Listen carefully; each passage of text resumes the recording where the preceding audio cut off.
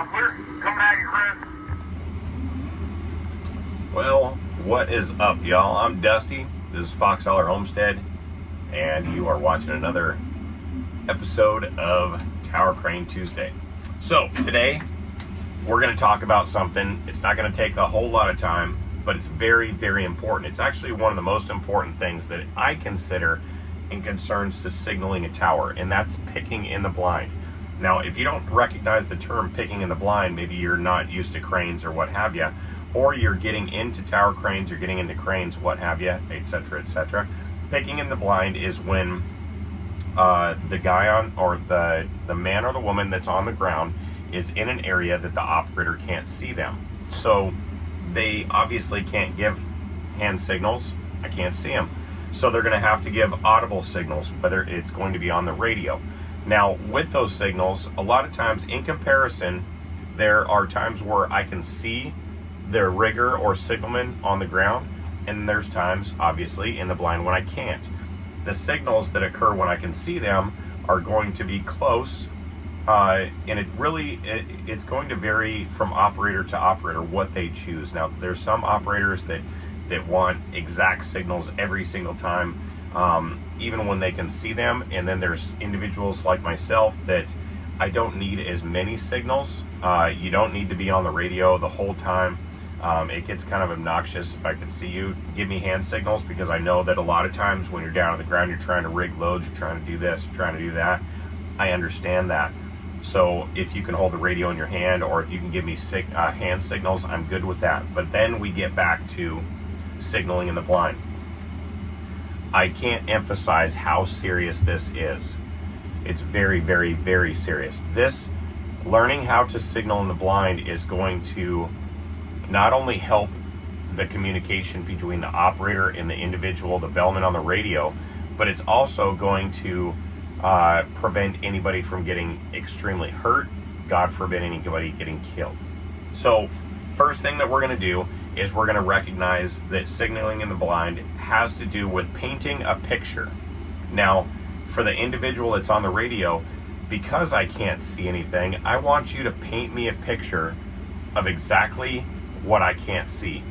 I should be able to close my eyes and visualize by your signals what's going on in the area that I can't see.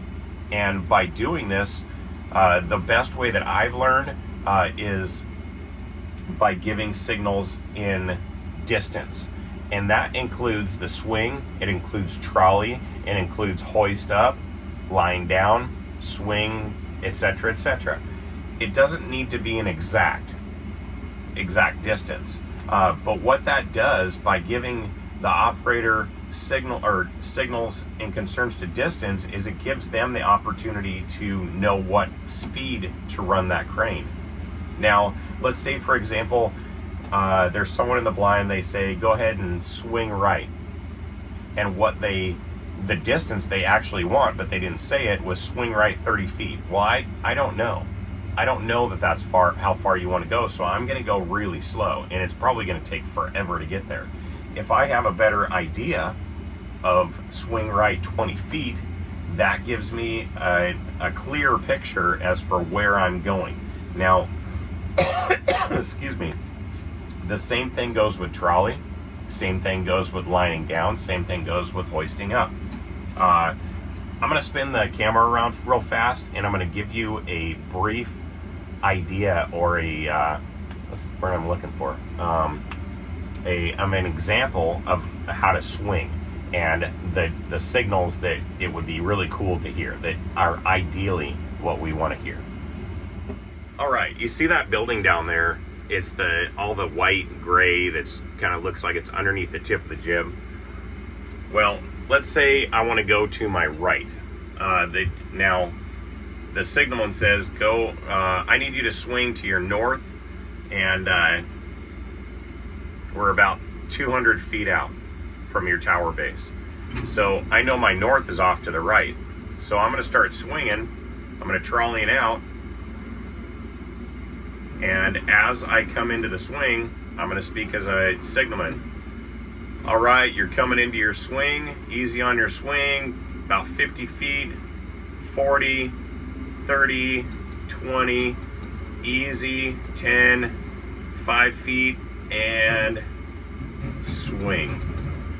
See, that gives somebody that's sitting in this seat a better idea of where I'm going to stop and what speed I need to go. Same thing goes with trolley. Let's say I need to trolley out 10 feet. I can't see the guy on the ground. I don't know it's 10 feet. So the guy on the ground is going to say, okay, I need you to trolley out 30 feet.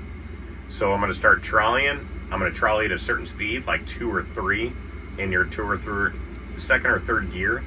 And then he's going to count down 30 feet, 20 feet, 10, easy on your trolley. I'll slow down a little bit, down to 5, 5 feet, and trolley.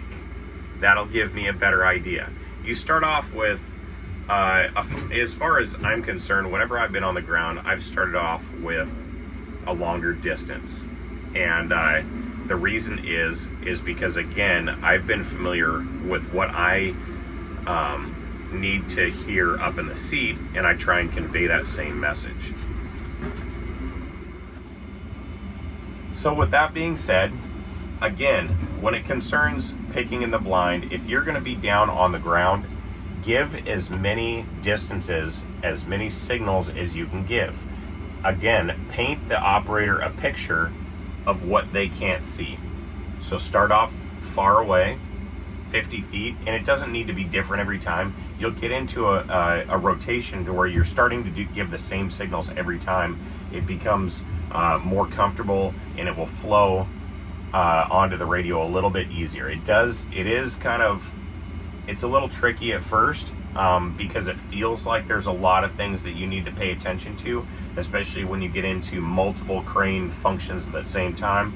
We're swinging right, we're going over to your north. So swinging right over to your north, I'll meet you there. We're standing down on the ground, swinging right, trolleying out, hold your line there. Easy on your swing, you're at 30 feet, 40 feet, 20 feet, easy on your trolley, 20 feet, swing is 10 feet, easy on your swing, and swing. Keep on trolleying out another 10, 5, easy on your trolley, and trolley. You can also add in your hoist line there, so lining down. But again, not to constantly repeat myself, give distances. Give distances, give distances. It's all about that. And even if you have to do one function at a time, just until you start to get used to the situation or you get used to the signals, then do that. Nobody should be in a rush when it concerns cranes. And also remember that when it concerns signals like this, especially in the blind, this crane, I can do very, very small, very controlled movements. But you have to recognize that if you don't give the right signal and the operator makes the wrong move or makes a move a little too fast or what have you, as far as coming down, not knowing how far the ground is, someone can get seriously hurt, someone can get killed. We don't want that to happen. So again, not to constantly drill this into you, give distances on everything, every single thing.